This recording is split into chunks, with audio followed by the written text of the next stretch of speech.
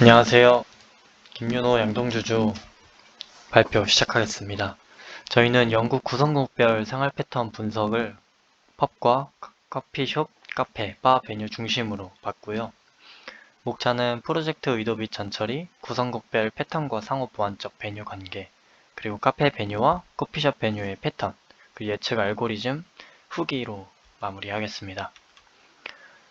저희의 프로젝트 의도는 처음에는 한 나라 안에서도 여러 문화가 공존할 수 있다라는 목표를 가지고 분석을 시작했고요. 이로 인해 영국이라는 나라를 선택하게 되었습니다. 왜냐하면 영국은 개성이 강한 4개의 구성국으로 이루어져 있고요. 한 나라에서도 라이프 스타일에 따라 차이가 있는지 지켜보기에 적합한 국가라고 생각을 했습니다. 저희의 분석 결과로 시장 진출 현지 전략 등의 활용이 가능할 것으로 보입니다. 전처리 과정은 생각보다 단순했는데요. 안 쓰는 데이터를 우선 삭제하고 유저 아이디로 정렬한 후 깨진 문자를 대체했습니다. 카페 2 같은 경우에는 저희가 읽을 수 없는 글자로 되어 있었기 때문에 이들을 카페로 모두 통합을 해나갔고요. 그리고 시간 데이터를 나누어 놓았습니다. 하나하나 살펴보자면 한 달 데이터를 리스트로 반환을 해서 이가 문자로 JAN, 제뉴얼이면은 1월로, 1로, 2월이면 2로, 이런 식으로 전처리를 진행했습니다. 이유는 태블러에서 시간 막대기를 사용하기 위함이고요. 젠, 팹 이런 식으로 되어 있으면 막대기로 활용할 수 없습니다.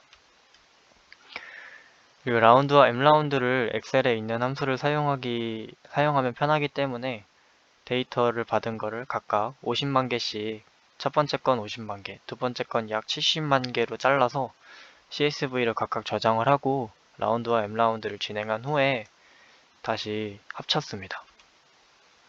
데이터마트 구조는 베뉴 아이디의 구성국 그리고 잉글랜드, 스코틀랜드, 웨일스, 북아일랜드로 나누어 놓았고요.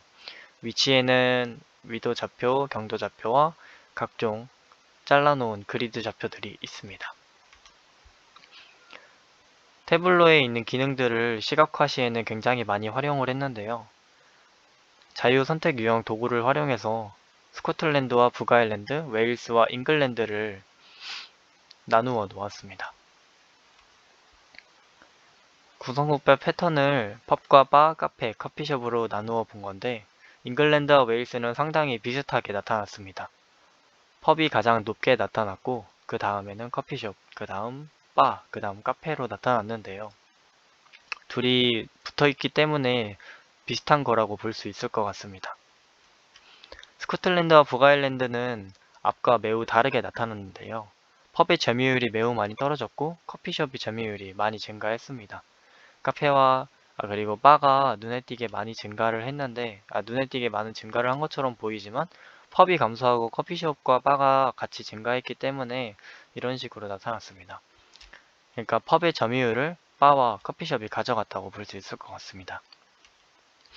이는 시간대로 분리를 해 놓은 건데요. 잉글랜드와 웨일스는 앞에서 구성국별 패턴도 일치하는 것처럼 시간대별로도 굉장히 일치했는데요. 특이사항은 카페의 점유율이 굉장히 높다는 것이었습니다. 또한 펍의 점유율이 높게 나타났는데요. 점심과 저녁 시간에 펍의 비율이 높은 것으로 보아 저희가 알고 있는 펍은 술집이지만 아마 영국에서는 이를 식당 겸용으로 사용을 하고 있는 것으로 보입니다. 스코틀랜드와 북아일랜드에서는 전혀 다르게 나타났는데요. 저녁 시간에 바가 많이 증가한 것으로 보아 아마 스코틀랜드와 북아일랜드는 잉글랜드와 웨일스에 비해 술을 좀 더 많이 먹는 문화가 있는 것으로 보입니다. 상호 보완적 패턴을 찾기 위해 요일별로 이를 분석을 해 놓은 것인데요. 웨일스와 잉글랜드에서 펍과 커피숍의 상호 보완적인 관계가 나타났습니다. 펍이 증가하면 커피숍이 감소하고 펍이 감소하면 커피숍이 증가하는 아주 재밌는 형태가 보였습니다. 북아일랜드와 스코틀랜드의 바와 커피숍 사이도 아까와 같았는데요. 바가 내려가면 커피숍이 증가하고 바가 올라가면 커피숍이 점유율이 낮아지는 걸 볼 수 있습니다. 또한 분석을 하면서 커피숍과 카페 사이의 특이 패턴이 발견이 되었습니다. 커피숍의 이용 비율이 카페에 비해 월등히 많은데 점포 개수 비율은 카페가 훨씬 많았습니다. 점포 개수 비율이 많을수록 이용 비율이 많을 거라는 생각에 모순이 되기 때문에 이를 좀 더 분석을 해보고자 했습니다. 아까 앞서 전 처리했던 그리드를 사용할 거고 푸른색은 카페, 녹색은 커피숍임을 미리 밝혀드립니다. 크기는 점포 개수분의 총 방문 횟수 계산된 필드를 만들어서 사용을 했습니다. 북아일랜드와 스코틀랜드를 보시면 중심, 그러니까 이 각각의 수도 안에서는 녹색의 커피숍이 잘 발달이 되어 있고 전국적으로 작은 점들에 카페가 분포되어 있는 걸 볼 수 있습니다. 웨일스도 앞서 마찬가지로 수도 부근에서 커피숍이 많이 분포되어 있고 카페는 전국적으로 많이 분포되어 있는 걸 볼 수 있습니다. 특이사항으로 잉글랜드는 카페와 커피숍이 비슷한 비율로 전국적으로 분포되어 있는 걸 볼 수 있는데요. 잉글랜드는 아마 가장 발달한 4개의 구성국 중에 가장 발달한 곳이기 때문에 수도 특징이 곳곳에서 나타난 걸로 보입니다. 커피숍은 수도 근처 지역 등 일부 지역에만 분포를 하고 점포별 방문 횟수가 높고요. 카페는 전국에 고르게 분포하고 점포별 방문 횟수가 낮게 나타났습니다. 그러면은 왜 커피숍과 카페의 공간 분포의 차이가 있을까에 대해서 아직 물음이 답해지지 않았는데요. 이를 위해 저희는 포스케어에서 제공하는 상호명을 크롤링하기로 했습니다. 이 앞선 이 사이트에 각각의 베뉴 네임을 상위로 각 구성국의 카페와 커피숍에 상위 10개를 잘라 놓았고요. 이를 하나의 배열 안에 넣어 놓았습니다. 이 배열이 이 URL에 하나씩 포문에서 하나씩 들어가면서 URL에 크롤링을 진행을 해서 베뉴 네임 부분만 가져오도록 했습니다. 그러면은 이런 그림들이 완성이 되는데요. 앞에서 10개까지는 카페, 뒤에서 10개는 커피숍입니다. 이렇게 보시면 뒤에서 10개 있는 커피숍 부근에서는 스타벅스와 이런 커피숍들이 나타났고요. 앞에서는 저희가 들어보지 못한 이름들이 나타나는데 이미지를 보아하니 여기서의 카페의 의미는 커피만 파는 곳이 아니라 식당을 겸용하는 곳이 많았습니다. 따라서 카페는 음식점을 겸비한 카페 혹은 개인 카페 형식으로 진행이 되었고요. 커피숍은 저희가 아는 스타벅스 또는 유명한 커피만을 판매하는 커피 프랜차이즈였습니다. 이러면은 커피숍이 수도권에 분포되어 있고 카페가 전국적으로 분포되어 있는 이유를 알 수 있는데요. 카페는 아마 음식점을 겸비한 카페이기 때문에 지역 주민들이 많이 사용하는 것으로 보입니다. 그 다음에 저희는 시각화 융합 수업이기 때문에 빅데이터 언어도 수강해서 이를 사용해 예측 알고리즘을 작성했습니다. 원시적인 예측 알고리즘이고 구조가 깨끗하지 않기 때문에 빠르게 작동을 하진 않지만 저희의 노력으로 만들었고 다른 API를 사용하지 않았습니다. 120만 개의 데이터를 받았을 때 이 데이터를 어떻게 유용하게 또 사용할 수 있을까 생각을 해보니 이전과 지금의 베뉴로 미래의 베뉴를 예측하는 알고리즘을 만들면 어떨까라는 생각에서 이를 작성하게 되었습니다.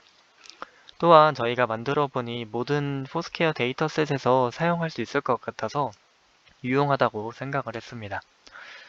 이를 위해서는 앞에 시각화의 전처리보다 훨씬 많은 전처리와 파이썬 코드들이 이용이 되는데요. 우선 스텝을 만들어야 됩니다.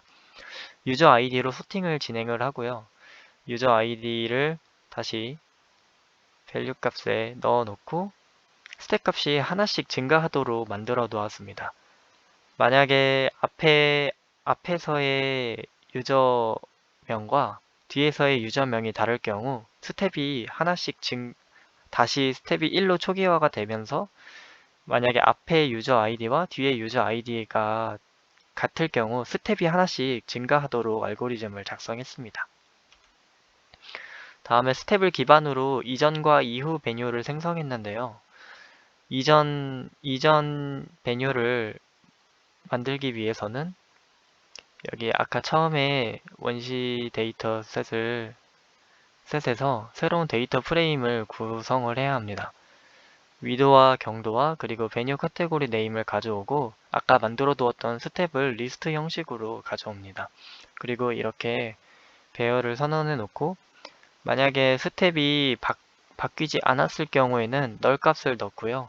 만약에 스텝이 바뀌었을 때, 그러니까 유저 아이디가 똑같을 때, 그러면은 그 유저가 지금 위치에서 다음 위치로 간 데이터가 나오게 되겠죠. 그래서 그때 이전 데이터 값을 하나씩 넣어 놓는 겁니다.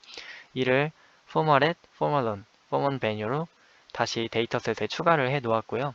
이후 베뉴 구하기도 비슷하게 하지만 여기 알고리즘 부분이 약간 다른데 스텝 알고리즘에서 스텝이 하나가 증가를 했을 때 증가를 한 값이 스텝을 하나 증가하지 않고 지금의 스텝 값에서 더하기 1이랑 똑같을 경우, 그러니까 미래의 스텝이 똑같을 경우에는 미래에 스텝이 있구나. 스텝이 지금이 1이면 2가 있구나라고 판단을 해서 새로운 배열 안에 새롭게 넣어 놓았고요. 이를 또 포스트렛, 포스트런, 포스트 베뉴로 데이터셋에 넣어 놓았습니다. 그 다음에 former와 now, 그러니까 now는 저희가 원시 데이터셋을 받은 베뉴 카테고리를 사용했고요. former는 앞서 만든 former 카테고리를 사용했습니다. former 베뉴를 사용했습니다. 다시 데이터를 만들고 이런 식으로 작성을 했어요. former 베뉴와 슬래시 now 베뉴 형태로 데이터셋을 추가를 했고요. 이를 위해서 새로 만든 데이터 프레임에 베뉴 카테고리와 former 베뉴를 넣어 놓았습니다. 그리고 새롭게 배열을 선언을 해 놓았고 이 배열 안에 이 이 포문의 i를 활용해서 넣어 놓았고요. 그래서 로케이션 플러스라는 새로운 데이터를 만들었습니다. 그리고 유형 처리를 위해서 방금 만든 데이터로 소팅을 진행을 하고요. 데이터 전체를 소팅을 한 겁니다. 전체를 진행한 다음에 로케이션 플러스 부분을 다시 쉐이프 어레이로 받아와서 리스트로 변환을 합니다. 그 다음에 input array라는 배열을 만들어서 첫 번째는 1 쉐이프로 만든 다음에 a에다가 1을 선언해 놓습니다. 이제 이 a는 만약에 1 쉐이프와 달라질 경우 플러스로 하나씩 증가하게 만들어 놓을 겁니다. 만약에 쉐이프 어레이가 쉐이프 어레이의 이전과 같다면 쉐이프 어레이는 그대로 진행을 하고 그러면 여기서는 1 쉐이프가 되겠죠? 근데 만약에 이게 둘이 다를 경우에는 a를 하나 증가시켜서 여기는 2 쉐이프가 되겠죠. 이런 식으로 쉐이프를 만들어 놓았습니다. 그 다음에 아까 만든 쉐이프에 기반한 포스트 베뉴를 정리했는데요. 다시 데이터를 소팅을 한 다음에 방금 소티드된 데이터 셋을 저희의 원시 데이터로 사용을 할 거고요. 다시 편의를 위해 데이터로 선언을 한 다음에 이번에는 쉐이프와 포스트 베뉴를 가져오겠습니다. 다시 배열을 선언해 놓고 쉐이프에서 하나, 포스트 베뉴에서 하나를 이렇게 더하기로 묶어서 다시 넥스트 베뉴로 데이터셋에 집어넣어 놓았습니다. 그럼 앞선 쉐이프와 넥스트 베뉴의 결과가 이렇게 되는데요. 쉐이프 1, 그리고 이게 A 부분이었죠. A가 67,452까지 증가한 걸 볼 수 있습니다. 그리고 넥스트 베뉴는 아까의 이 쉐이프와 이거는 이 1 유형의 나중 포스트 베뉴고요. 또 1 유형의 포스트 베뉴가 나오겠죠. 그러면은 1 유형의 포스트 베뉴들의 비율을 구하는 게 저희의 최종 목적이었습니다. 앞선 전 처리를 다 했다면 예측 코드는 생각보다 간단한데요. 알고 싶은 이전과 이후 베뉴를 사용자가 입력을 하게끔 해서 아까와 같은 형태로 유형을 만들어 놓는 겁니다. a 플러스 슬래시 그리고 b로 하면은 앞에서와 같이 유형을 고를 때와 같이 형태가 똑같아지고요. 그 다음에 데이터 프레임에 로케이션 플러스와 쉐이프를 집어넣어서 만약에 앞에서 만든 C가 이 로케이션 플러스와 같을 때 D라는 미리 선언해 놓은 여기에다가 이 스트링에다가 이 쉐이프 값을 넣어 놓는 겁니다. 그러니까 앞에서 로케이션 플러스 값으로 그러니까 이 C 값으로 쉐이프를 구할 수 있게 돼서 이 쉐이프를 이용할 겁니다. 그리고 새로운 프레임을 만들었는데요. 쉐이프 카운트라는 데이터 셋을 가지고 와서 데이터 프레임을 하나 만들어 놓고 거기에 있는 밸류들을 카운트하기 위해서 가져왔습니다. 그러니까 쉐이프만 따로 뽑아와서 쉐이프 카운트라는 이름으로 만들어 놓고 거기다가 밸류 카운트는 유니크 값을 여기 있는 이 데이터의 유니크 값을 세주는 겁니다. 그래서 이거를 마이 프레임에 넣어 놓고요. 그리고 데이터 프레임 3에다가는 쉐이프와 포스트 베뉴 그리고 넥스트 베뉴 그러니까 예측 베뉴를 새로 넣어 놓고요. 데이터 4에서 2를 이 D는 아까 위에서 만든 유형이 되겠고 이 만약에 쉐이프가 유형과 같다면 유형과 같을 때에 프린트 D를 일단은 아까 만들어 놓았던 유형을 프린트 해주고요. 그 다음에 쉐이프 카운트 값에다가 이 마이 프레임의 로케이션 D 값을 넣어 놓습니다. 이 로케이션 D는 아까의 이 유형 자리가 그러니까 이거는 유니크 값의 카운트 값이기 때문에 이 유형의 D 값은 D가 유형이니까 이 유형 값을 넣으면 그 유형의 카운트 값을 알 수 있습니다.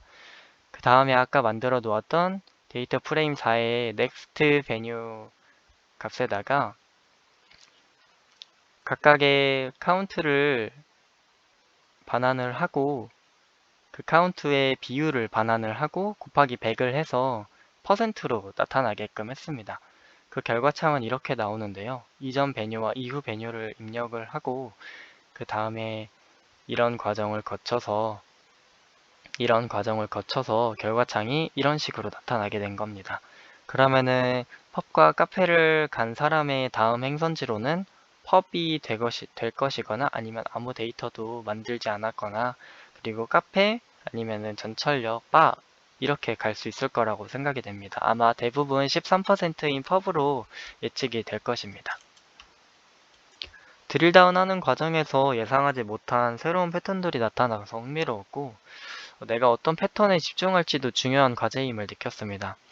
그리고 시각화하는 과정에서 전처리를 새롭게 진행을 해야 하는 경우가 많았고 목적지에 맞지 않아 삭제한 데이터도 많았습니다. 그리고 또 크롤링 과정에서 매번 새로운 사이트를 열어야 해서 모든 120만 개의 모든 데이터를 크롤링하지 못한 거는 참 아쉬웠는데 그래도 각각의 20개씩 총 80개의 크롤링을 진행해 봐서 흥미로웠습니다. 마지막에 만든 예측 알고리즘은 코드는 짧지만 아이디어를 구상하고 정보를 찾는 데에 굉장히 많은 시간이 쓰였고요. 어느 정도 결과가 나온 것 같아 만족스럽고 모든 포스케어 데이터에 이가 쓰일 수 있을 것 같아서 꽤 만족스러운 결과였습니다. 감사합니다.